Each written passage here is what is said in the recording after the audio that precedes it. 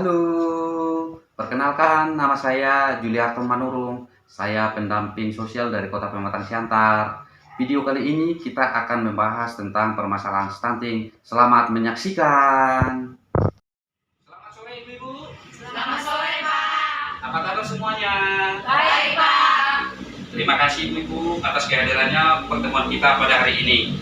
Hari ini kita akan mempelajari modul 2 tentang permasalahan stunting, ya. Khususnya langkah 2 yaitu pengertian dari stunting, ya. Sebelum masuk kita ke materi pokok pembahasan kita hari ini, alangkah baiknya saya jelaskan dulu perkembangan stunting di Indonesia dan di Kota Pematang Siantar, ya. Menurut hasil riset kesehatan dasar atau Riskesdas tahun 2018 menunjukkan sebanyak 30,8% balita mengalami stunting. Akan tetapi pada tahun 2019 prevalensi stunting menjadi 27,7%.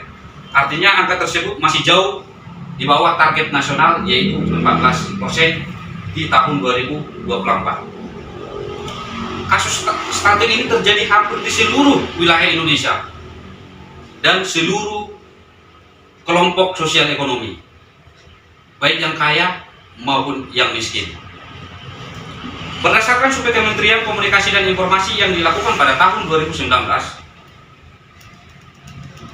pengetahuan masyarakat mengenai stunting itu masih di angka sebesar 64,1%. Artinya itu masih kategori kurang. Itu disebabkan karena penyampaian informasi menggunakan bahasa sulit untuk dipahami oleh masyarakat. Oleh karena itu, saya sebagai SDM Kesos mempunyai peran sebagai pendidik, fasilitator, penyuluh sosial, dan mobilisator.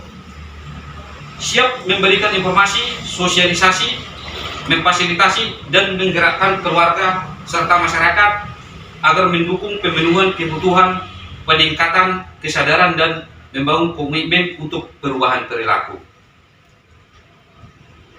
Untuk Kota Pematang Siantar, sesuai dengan pidato Bapak Gubernur Sumatera Utara per hari ini, hari Kamis tanggal 7 Juli 2022, yaitu atas kunjungan Presiden Republik Indonesia Bapak Joko Widodo ke Provinsi Sumatera Utara, mengatakan bahwasanya populasi stunting di Sumatera Utara itu ada di angka 24%, dan kabupaten yang paling terbesar memberikan sumbangan yaitu Kabupaten Mandailing Natal atau Madinah, itu di angka sebesar 47%. Deli Serdang 12%, Medan 19%.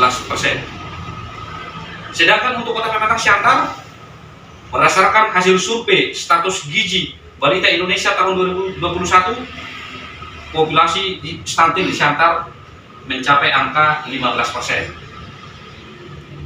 Artinya masih di bawah angka rata-rata secara nasional, yaitu di bawah 24,4%. Berdasarkan rencana pembangunan jangka menengah nasional tahun 2020 hingga 2024, angka stunting harus berada di posisi 14%. Oleh karena itu, pemerintah Kota Pematang Siantar masih memiliki tugas untuk menurunkan sebesar 1% angka stunting hingga pada akhir tahun 2024. Sampai di situ kira-kira cukup jelas penjelasan saya, Ibu? Jelas, Pak. Ada kira-kira yang mau ditanya? Tidak, Pak. Oke, kalau tidak ada, kita sekarang masuk ke topik pembahasan kita. Sebelumnya saya mau bertanya, apakah ibu-ibu di sini pernah mendengar atau mengetahui istilah stunting? Pernah, Pak. Kalau boleh tahu, dari mana informasi itu ibu-ibu dapatkan? Dari televisi, sebenarnya semua. Oke, terima kasih. Kapan kira-kira itu? Pada saat kapan kalian ibu-ibu di sini menerima informasi itu, mendapatkan informasi itu? Waktu membawa anak kami ke posyandu. Betul. Saat menonton televisi ya, Iya, Pak. ada iklannya ya. Oke, baik. Terima kasih atas penjelasan dari ibu-ibu. Sekarang coba kita melihat gambar yang ada di depan. Di sini ada gambar dua orang anak. Kita ibaratkan yang besar ini gambar A dan yang kecil ini gambar B. Lengkap dengan alat ukurnya. Kira-kira di antara ibu-ibu siapa yang bisa menjelaskan tentang kedua gambar ini? Mungkin Ibu Milda? Gambar A menunjukkan anaknya gizinya bagus sesuai tinggi badan, sehingga tinggi badannya sesuai dengan umurnya. Gambar B, gizi anaknya tidak bagus sehingga anaknya pendek, tidak sesuai dengan umurnya. Oke, terima kasih Ibu Milda. Ibu Ritani mungkin bisa menambahkan? Gambar A menunjukkan anaknya sehat, sedangkan gambar B menunjukkan anaknya kurang sehat. Oke, terima kasih Bu. Mungkin bisa ditambahkan dengan Ibu Santi. Gambar A menunjukkan anak itu sehat sesuai dengan umurnya. Gambar B menunjukkan anak itu kurang sehat, jadi tingginya tidak sesuai dengan umurnya. Oke, baik. Terima kasih atas penjelasan yang diberikan oleh ketiga ibu-ibu. Sekarang saya coba menjelaskan untuk gambar A, ya, itu gambar anak yang lebih tinggi dari gambar anak yang di B, ya.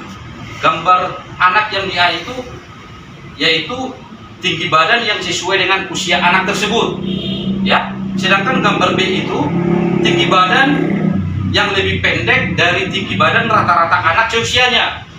Itulah yang disebut dengan stunting, ya. Paham ya ibu-ibu ya? Apa? Saya ulang sekali lagi, gambar A itu menunjukkan tinggi badan yang sesuai dengan usia anaknya.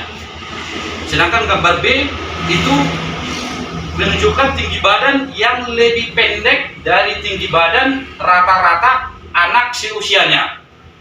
Sehingga gambar B itulah yang disebut dengan anak stunting. Paham ibu-ibu ya? Apa? Oke. Jadi perlu kita ketahui juga resiko stunting lebih tinggi pada masa 1000 hari pertama kehidupan atau yang biasa disingkat dengan 1000 HPK. Apa itu 1000 HPK? Yaitu sejak dalam kandungan sampai anak usia 2 tahun. Sampai di situ ada kira-kira yang mau ditanya ibu-ibu?